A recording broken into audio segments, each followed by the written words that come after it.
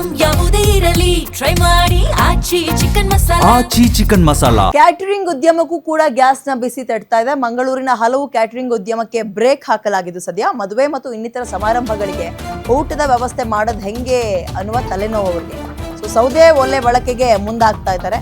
ಕೆಲಸಗಾರರಿಗೆ ಸಂಬಳ ಕೊಡೋಕೆ ಕಷ್ಟ ಅಂತ ಮಾಲೀಕರ ಗೋಳು.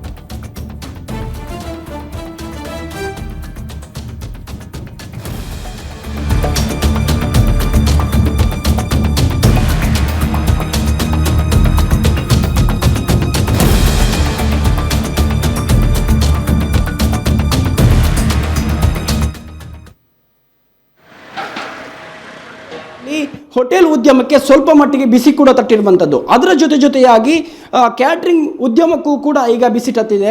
ಯಾಕಂತ ಹೇಳಿದರೆ ಬಹುತೇಕ ಭಾಗದಲ್ಲಿ ತಮ್ಮ ಮದುವೆ ಸಮಾರಂಭಗಳಿಗಾಗಿರ್ಬೋದು, ಇನ್ನಿತರ ಶುಭ ಕಾರ್ಯಗಳಿಗೆ ಕ್ಯಾಟ್ರಿಂಗ್ ವ್ಯವಸ್ಥೆಗಳನ್ನು ಕೂಡ ಮಾಡಿಕೊಡ್ತಾರೆ.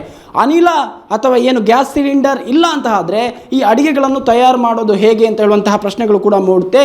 ಈ ಬಗ್ಗೆ ಮಾತಾಡಲಿಕ್ಕೆ ನಮ್ಮ ಜೊತೆ ಈ ಕ್ಯಾಟ್ರಿಂಗ್ ಉದ್ಯಮದ ಮಾಜಿ ಅಧ್ಯಕ್ಷರಾದಂತಹ ರಾಜಗೋಪಾಲ್ ರೈ ಅವರು ನಮ್ಮ ಜೊತೆ ಇದ್ದಾರೆ. ಸರ್, ಮುಖ್ಯವಾಗಿ ಈಗ ಏನು ಕೊಲ್ಲಿ ರಾಷ್ಟ್ರದ ಯುದ್ಧದ ಪರಿಣಾಮವಾಗಿ ಭಾರತಕ್ಕೆ ಅನಿಲ ಸಪ್ಲೈ ಆಗ್ತಿಲ್ಲ ಅಥವಾ ಗ್ಯಾಸ್ ಸಿಲಿಂಡರ್ಗಳು ಸಿಗ್ತಾ ಇಲ್ಲ ಅಂತ ಹೇಳುವಂಥ ಮಾತುಗಳು ಕೂಡ ಈಗ ಇದೆ ಮತ್ತು ಸದ್ಯದ ಪರಿಸ್ಥಿತಿ ಕೂಡ ಹಾಗೆ ಇರುವಂಥದ್ದು. ಈ ಕ್ಯಾಟ್ರಿಂಗ್ ಉದ್ಯಮವನ್ನು ಹೇಗೆ ಮಾಡ್ಬೋದು ಸರ್ ಮುಂದಿನ ದಿನಗಳಲ್ಲಿ, ಮತ್ತು ಈಗ ಏನೆಲ್ಲ ಸಂಕಷ್ಟಗಳು ಎದುರಾಗ್ತಾ ಇದೆ ಅಂತ ಹೇಳುವಂಥದ್ದು? ಅಮೇರಿಕಾ, ಇಸ್ರೇಲ್, ಅದೇ ರೀತಿ ಇರಾನ್ ಯುದ್ಧದಿಂದ ಇಡೀ ವಿಶ್ವಕ್ಕೆ ತೊಂದರೆ ಆಗಿದೆ. ಇಲ್ಲದಿದ್ದರೂ ಹೋಟೆಲ್ ಉದ್ಯಮ ಈಗ ಹೋಟೆಲಿಗೆ ಕಾರ್ಮಿಕರು ಬರುವುದೇ ಕಷ್ಟ. ಅಂತಹ ಪರಿಸ್ಥಿತಿಯಲ್ಲಿ ಒಂದು ಹೋಟೆಲ್ ನಡೆಸುವುದೇ ಸಾಹಸ. ಅಂತಹ ಸಾಹಸದ ದೃಷ್ಟಿಯಲ್ಲಿ ಈಗ ಇದು ಗ್ಯಾಸ್ ಕೈ ಕೊಟ್ಟರೆ ಯಾವ ರೀತಿ ನಡೆಯಬಹುದು ಅಂತ ಹೇಳಿದರೆ ಅದು ಜನಸಾಮಾನ್ಯರಿಗೆ ಗೊತ್ತಾಗ್ಬೋದು. ಎಂಥ ಹೋಟೆಲ್ ನಡೆಸುವುದೇ ಕಷ್ಟ, ಗ್ಯಾಸ್ ಇಲ್ಲ, ಆನಂತರ ಕಾರ್ಮಿಕರ ತೊಂದರೆ. ಈ ತೊಂದರೆಯನ್ನು ಸುಧಾರಿಸುವಂತ ಹೇಳಿದರೆ ದೊಡ್ಡ ಒಂದು ಯಜ್ಞದ ಹಾಗೆ. ಈಗ ಮಂಗಳೂರಿನಲ್ಲಿ, ನಾನು ಬ್ಯಾಂಗ್ಳೂರಿಗೆ ಸಹ ಫೋನ್ ಮಾಡಿದೆ, ಬ್ಯಾಂಗ್ಳೂರಿನಲ್ಲಿ ಹೋಟೆಲ್ಗಳನ್ನು ಬಂದ್ ಮಾಡಿ ಊರಿಗೆ ಹೋಗಿದ್ದಾರೆ ಕೆಲವರೆಲ್ಲ.